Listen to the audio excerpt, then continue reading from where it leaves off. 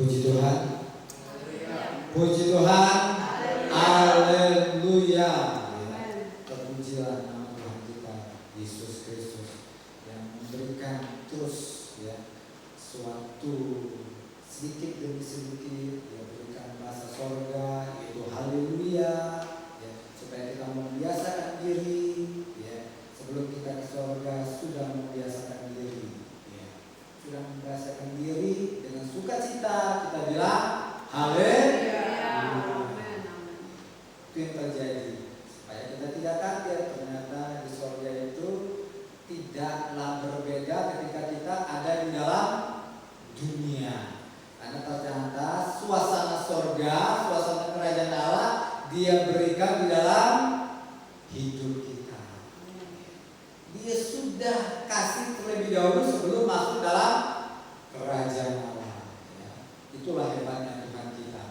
Kasih sedikit demi sedikit, pengalaman sedikit demi sedikit, sampai kita nanti di surga tidak ada lagi. Itu hebatnya Tuhan kita, karena kita adalah anaknya. Kita anaknya. Dan hari ini tema yang saya bagikan adalah raihlah yang terbaik melalui doa. Raihlah yang terbaik melalui doa. Sedangkan minggu kemarin temanya adalah kemuliaan. Kemuliaan itu adalah suatu kepenuhan yang dikerjakan oleh Roh Kudus. Kepenuhan diperlukan dengan segala hal-hal keilahian Allah ada di dalam hidup kita. Puji Tuhan, hari ini temanya adalah raihlah yang terbaik melalui doa. Jangan sepele tentang doa. Kita baca dalam Matius pasal yang ke-21. Matius pasal yang ke-21.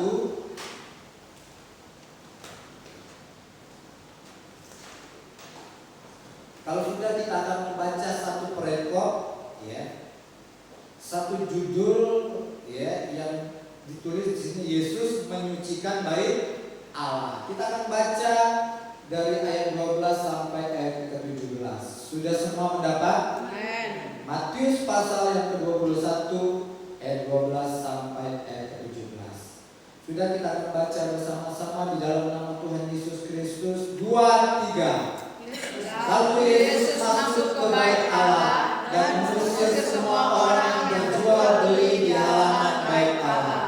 Ia membalikan meja-meja penukar uang dan bangku-bangku dagang merpati, dan berkata kepada mereka, ada tertulis, rumahku akan disebut rumah doa, tetapi kamu menjadikannya sarang penyamun.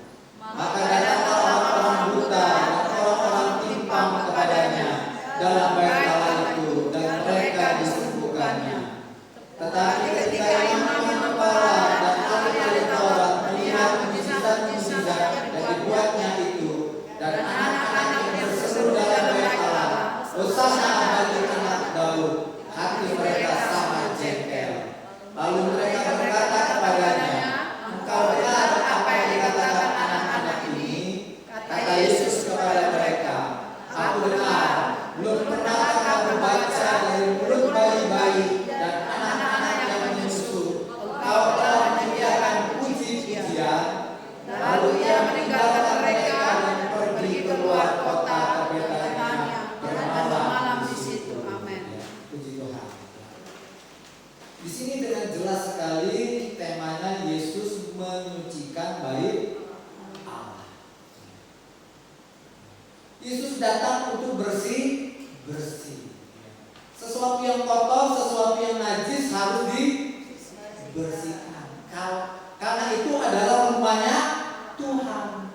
Bait Allah itu adalah rumah Tuhan. Begitu juga ketika Roh Kudus datang masuk dalam hidup kita, yang paling penting Roh Kudus itu kerjanya apa? Bersih.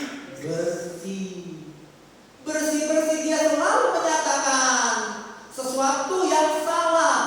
Dia selalu mengerjakan supaya kita bisa insaf. Ketika kita sadar kita orang berdosa,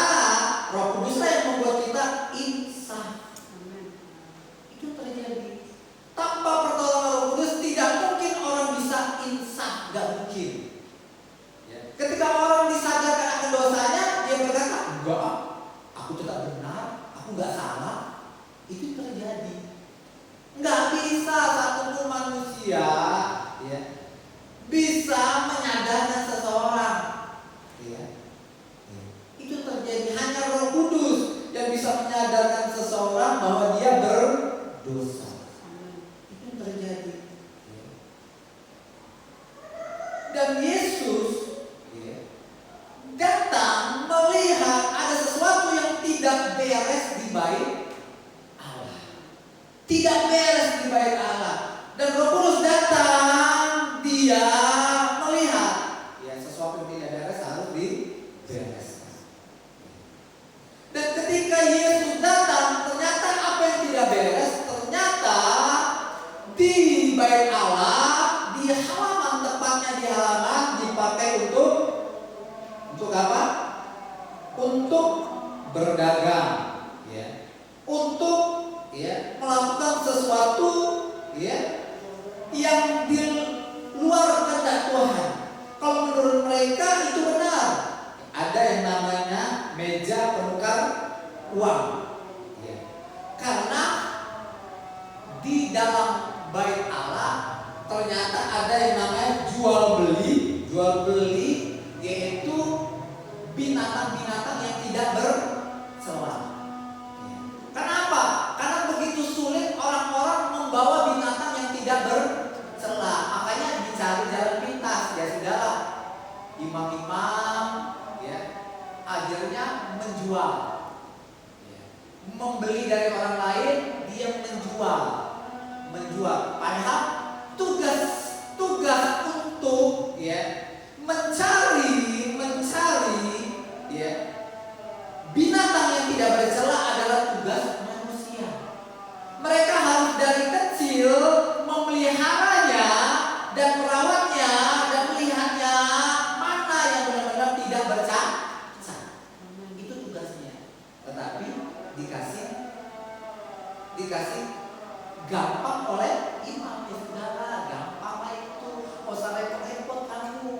Padahal itu tugas siapa? Tugasnya semua orang, bukan tugasnya imam. Tugasnya imam hanya memeriksa. Wah, ini nggak layak. Ini nggak layak. Ya. Tugasnya setiap orang yang datang ke bait Allah, tugasnya adalah mempersiapkan binatang yang tidak bercacat. Itu yang terjadi.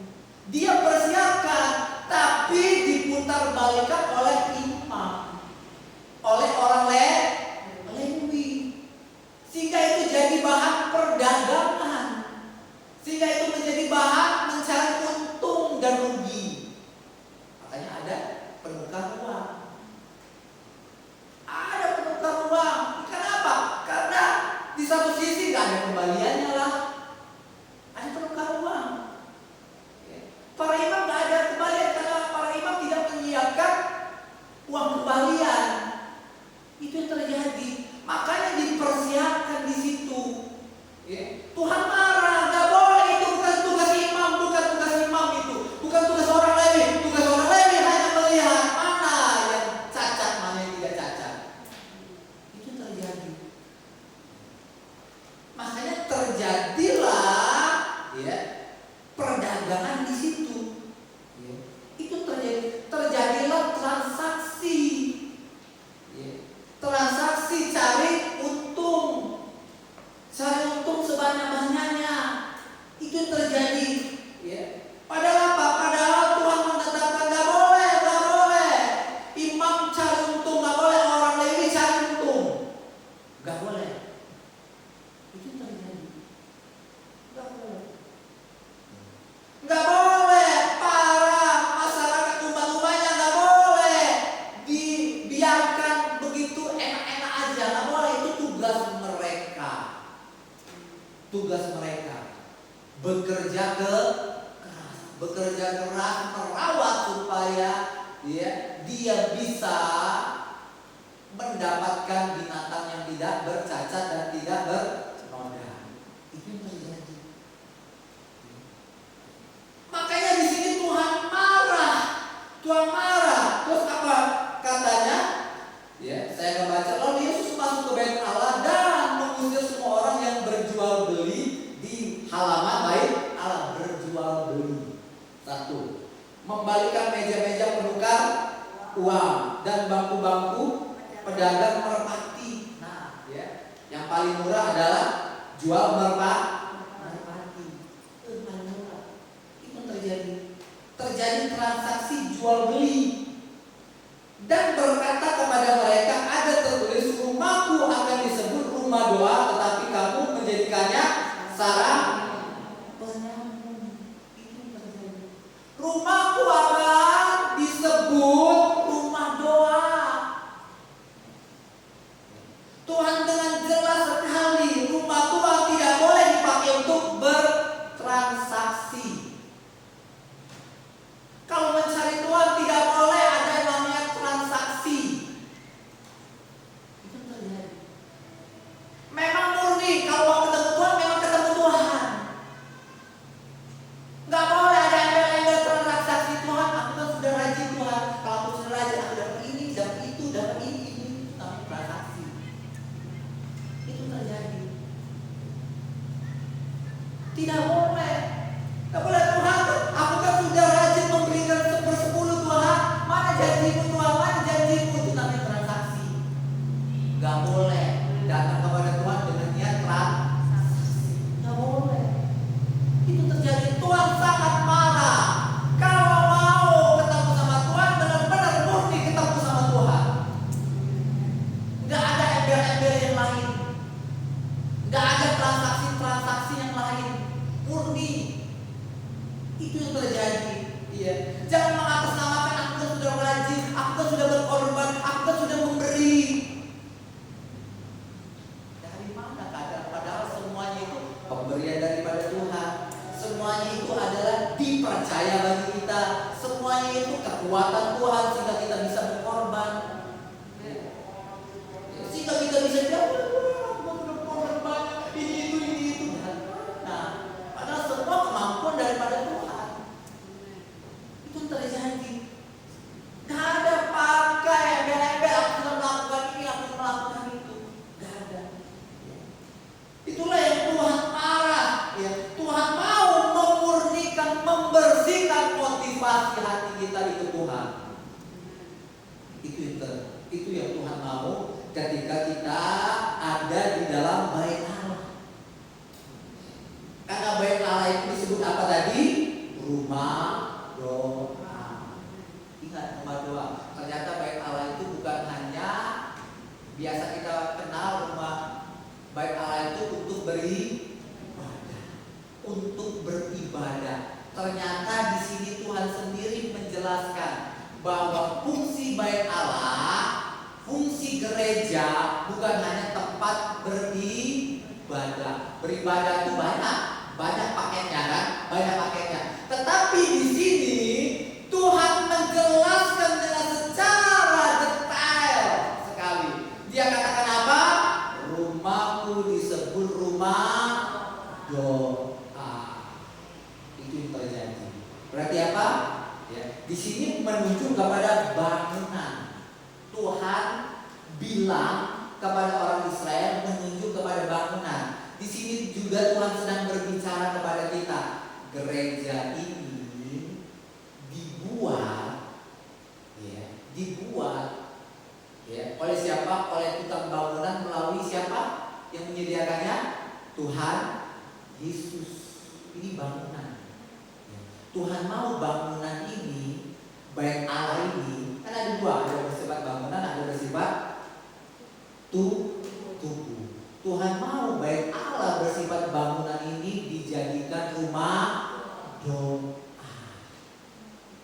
Dijadikan rumah doa, bukan hanya sekadar rumah ibadah. Ini Tuhan sendiri yang nyatakan kepada bangsa Israel, dan Dia memperjelas kepada kita yang datang di sini bahwa Tuhan menghendaki tempat ini dijadikan rumah doa. Rumah doa. Kenapa? Doa itu adalah nafas orang percaya. Berarti nafas itu setiap hari bernafas. Tuhan mau kita semuanya yang mendengar ini undangan dari Tuhan. Tidak dipaksa, ini undangan. Apapun kata Tuhan, ya. Ketika kita dengar Injil, Injil itu membangun. Ketika Roh Kudus yang ada dalam diri kita bekerja, itu membangun. Sehingga apa? Sehingga setiap perkataannya jadi. Setiap perkataan jadi. Ya. Tuhan mengundang, bukan pendeta Dolphy yang mengundang. Ya, bukan pendeta Dolphy yang mengundang, bukan pendeta yang Meska yang mengundang, bukan juga pendeta Adri yang mengundang, tetapi Tuhan Yesus Kristus mengundang Bapak, Ibu, pemuda, remaja, jadikan rumah ini rumah doa. Ini undangan secara resmi. Tuhan mengajak. Tuhan tidak pernah memaksa, tidak pernah memaksa. Tuhan mengajak, mari, aku akan bangun dirimu untuk berdoa di tempat ini setiap hari. Karena Tuhanlah yang memberi kita kemampuan. Itu yang terjadi. Ya, karena kita anak, kita ini diberi kuasa. Anak Allah diberi kuasa. Kuasa untuk apa? Untuk berdoa. Ya. Kenapa sih Tuhan menginginkan dulu, sekarang tetap sama? Kenapa Tuhan menginginkan di gereja, di baik Allah ada orang-orang yang berdoa? Itu yang jadi pertanyaannya. Ya, kan bisa Tuhan, saya berdoa di rumah, bisa. Bagus berdoa di rumah, tapi inilah perintah Tuhan. Ini bukan perintah pendeta Dolphy, bukan. Ini perintah Tuhan. Tuhan menginginkan kita jadikan gereja ini rumah doa. Kenapa alasannya? Kenapa Tuhan? Kenapa harus ke gereja untuk berdoa? Kan aku bisa datang ke rumah, aku bisa di rumah, di kamar, aku bisa. Alasannya kenapa? Pasti punya alasan. Alasan-alasan itu terjadi. Namun Tuhan mau kita taat atau tidak. Itu saja yang Tuhan mau lihat. Apakah kita mau taat atau tidak? Karena apa? Karena di gereja ini banyak jiwa-jiwa. Tuhan mau orang yang datang di tempat ini menikmati kehadiran Tuhan, menikmati kuasa Tuhan. Itu yang Tuhan mau. Kenapa harus umat-umat Tuhan, bukan umat Tuhan, anak-anak Tuhan, itu tugas anak-anak Tuhan. Ketika kita beriman aku anak Tuhan, kita akan digerakkan. Terutama orang yang dipenuhkan Roh Kudus, pasti digerakkan untuk datang ke gereja untuk berdoa. Pasti. Kalau orang sudah mengaku, wah aku sudah dipenuhkan Roh Kudus, nah pasti digerakkan. Itu terjadi karena ini firman Tuhan. Supaya apa? Supaya terjadi kebangunan rohani di gereja di tempat ini. Ya. Terjadi kebangunan rohani yang lebih besar lagi. Kenapa? Karena rumah di tempat ini, kenapa terjadi peningkatan? Karena melalui doa. Melalui doa apa?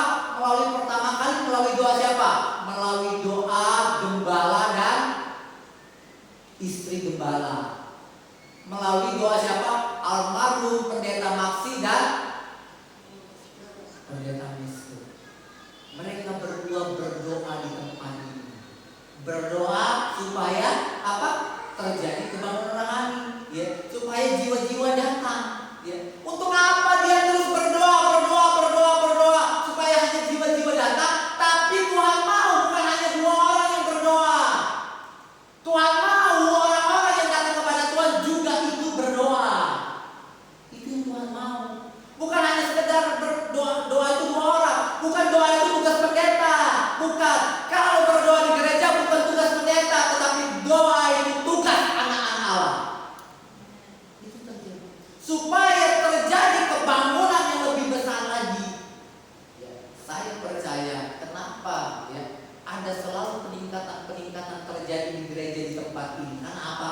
Ternyata karena ada yang namanya doa-doa yang dibuat oleh jemaat melalui doa setiap hari Jumat. Saya tahu dampak doa-doa yang dibuat oleh jemaat setiap hari Jumat. Walaupun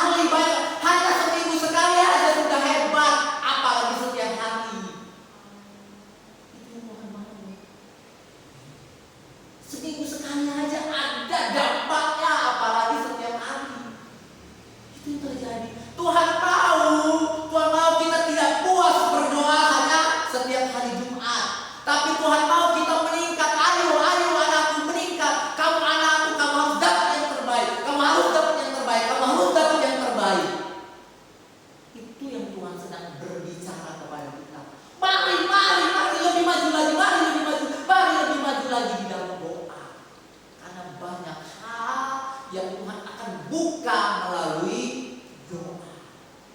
Bukan kebetulan gereja ini makin diperluas, makin diperluas, makin diperluas. Kalau ada doa, makin lebih banyak lagi jiwa-jiwa.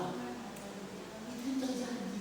Gak kebetulan, tapi Tuhan sedang mencari siapa yang mau lebih tekun lagi berdoa setiap hari. Kenapa? Banyak di luar sana jiwa-jiwa yang sedang menjerit. Aku butuh ditolong, aku butuh ditolong. Siapa yang bisa menolong aku? Adalah orang-orang yang berdoa. Itu terjadi. Hanya orang-orang yang berdoa yang menolong. Itu yang terjadi. Tuhan sedang cari orang-orang yang berdoa. Itu yang terjadi. Karena ketika kita berdoa, ada peperangan rohani. Yang apa? Yang Tuhan bekerja. Bukan kita yang bekerja, kita berdoa, tapi Tuhan yang bekerja. Ada peperangan rohani karena lawan kita bukanlah darah dan daging, tapi lawan kita adalah penghulu-penghulu di udara yang membuat orang menjadi gelap, yang membuat orang jadi buta, yang membuat orang jadi keras kepala, keras hatinya. Itu yang didoakan, digempur sampai terbuka hatinya, sampai diterangi hatinya. Siapa yang menolong mereka? Pendoa-pendoa, anak-anak Doakan untuk semua jiwa-jiwa yang sudah datang, sehingga semua jiwa-jiwa yang datang benar-benar makin hari makin dekat dengan Tuhan. Itu terjadi. Ketika kita terus berdoa, maka Tuhan akan nyatakan sesuatu yang rahasia. Apa itu sesuatu yang rahasia? Tuhan nyatakan, ya, Opung Zuela tolong doakan untuk ibu ini, karena ibu ini, ya, ternyata akan permasalahan ini. Tuhan akan singkapkan sesuatu yang rahasia. Kenapa orang ini tidak mau datang ke gereja? Sesuatu yang rahasia Tuhan singkapkan kepada anak-anaknya yang menjadi pendoa. Itu yang Tuhan butuhkan. Itu yang terjadi. Ketika di negara Wales dimulai dari satu orang, terus mulai terjadi kegerakan.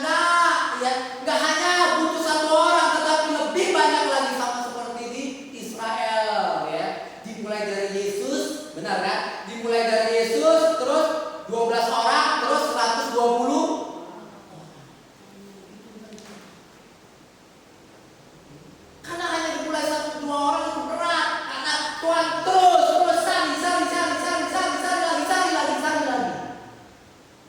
cari terus. Siapakah orang yang benar-benar menerima panggilan itu? Itu yang terjadi. Tuhan mau, Tuhan rindu sekali, ya, anak-anak Tuhan. Tuhan rindu anak-anak Tuhan supaya gereja ini dijadikan rumah doa. Setiap hari, kapan mau pagi datang, mau, ya, siang mau datang, sore datang, mau malam datang, terserah, ya. Tuhan tidak membatasi kita waktu datang kepadanya. Tuhan mencari orang-orang yang haus, orang-orang yang rindu, orang-orang yang rindu. Itu terjadi ketika Salomo datang berdoa apa? Berdoa bukan untuk kepentingan pribadinya. Apa doanya? Doanya untuk kepentingan orang banyak, supaya saya dapat mengadili umat ini dengan benar, dengan adil. Ketika Salomo berpusatkan doanya kepada orang banyak, ketika kita berdoa di tempat ini berarti fokusnya kepada orang banyak, betul? Sama nggak dilakukan dengan Salomo? Ketika Salomo berdoa, dia minta hikmat, maka dikasih oleh Tuhan nggak? Dikasih Tuhan. Bahkan apa? Apa yang tidak diminta oleh Salomo dikasih oleh Tuhan. Berarti apa? Kalau kita benar-benar jadikan rumah ini adalah rumah doa, dan kita lebih tekun lagi mendoakan orang banyak, berarti apa? Yang dapat lebih banyak siapa? Orang yang kita doakan atau kita? Ternyata kita, bapak-bapak, ibu-ibu, pemuda, remaja, ternyata kita yang dapat lebih banyak. Bukanlah orang yang tidak tidak berdoa, ternyata kita yang dapat lebih banyak. Bahkan apa yang tidak kita minta Tuhan sediakan. Itu yang terjadi. Itu yang Tuhan mau. Raihlah yang terbaik melalui doa. Karena kita sudah diberi kuasa. Raihlah segala sesuatu itu. Itu Tuhan rindukan di dalam kehidupan kita. Ada sesuatu yang benar-benar sangat-sangat indah yang kita akan nikmati ketika kita peka atas panggilan Allah. Untuk kita bangkit untuk menjadikan apa? Gereja GPGI jadi rumah doa, bukan hanya jadi rumah ibadah, tetapi rumah doa, tempat kita berkomunikasi dengan Tuhan. Mencari apa? Mencari kehendak dan mencari apa yang Tuhan suka. Kalau kita mendoakan orang banyak, Tuhan suka nggak? Pasti Tuhan suka. Daripada mendoakan untuk diri sendiri, daripada untuk mendoakan keluarga, usahanya bertahun-tahun, diri sendiri keluarga. Oh, Tuhan pasti lebih senang ketika orang mulai berpusatkan kepada orang. Itu yang Tuhan mau di dalam kehidupan kita. Tuhan sedang memanggil kita, mengundang kita, mari kita sama-sama meraih lebih banyak, lebih baik dari apa yang kita pikirkan selama ini. Kita pikir selama ini dengan meraih terbaik ini, ternyata apa? Dengan doa. Itu yang terjadi. Saya kasih perumpamaan.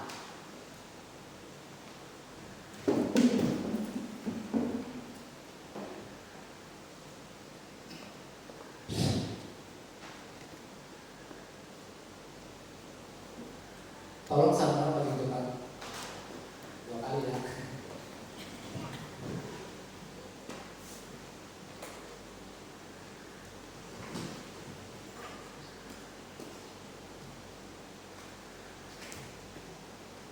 Saya ini orangnya lumpuh. Contoh, saya ini orang lumpuh. Orang lumpuh yang hanya bisa duduk. Biasa orang lumpuh gak punya pekerjaan, duduk minta. Bapak ngapain Bapak? Silakan berdiri Bapak.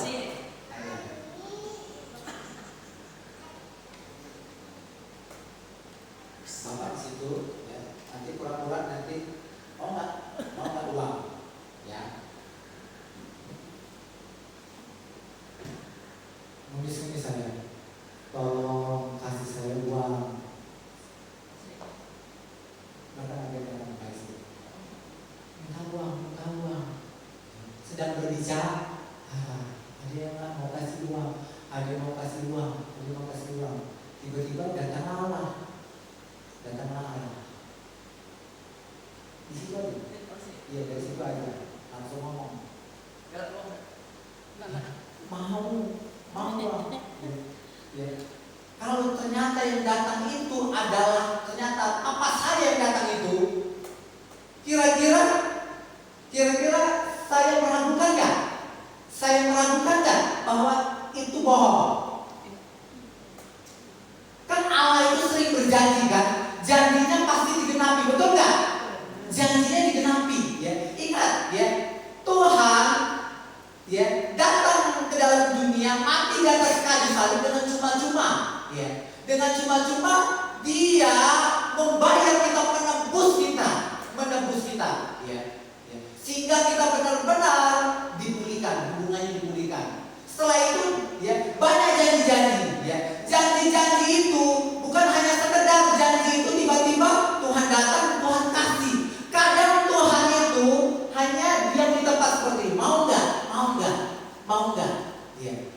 Sekarang apa respon kita ketika kita percaya bahwa Bapa kita ini pasti kasih, sedangkan saya lumpuh? Kira-kira apa yang saya lakukan? Bagaimana usaha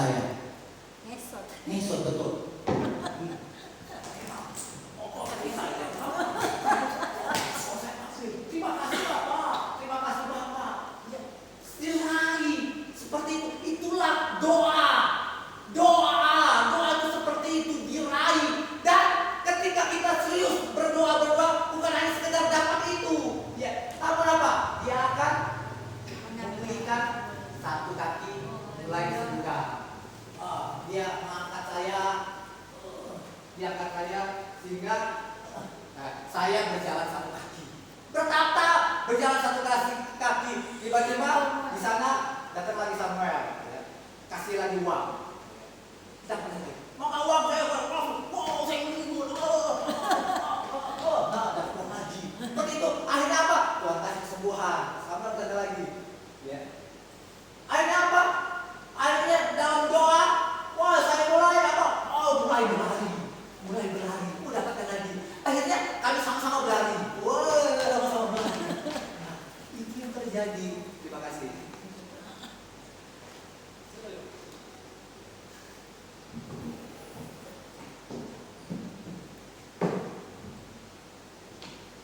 Itulah yang Tuhan inginkan dalam hidup kita. Apa kata firman Tuhan di dalam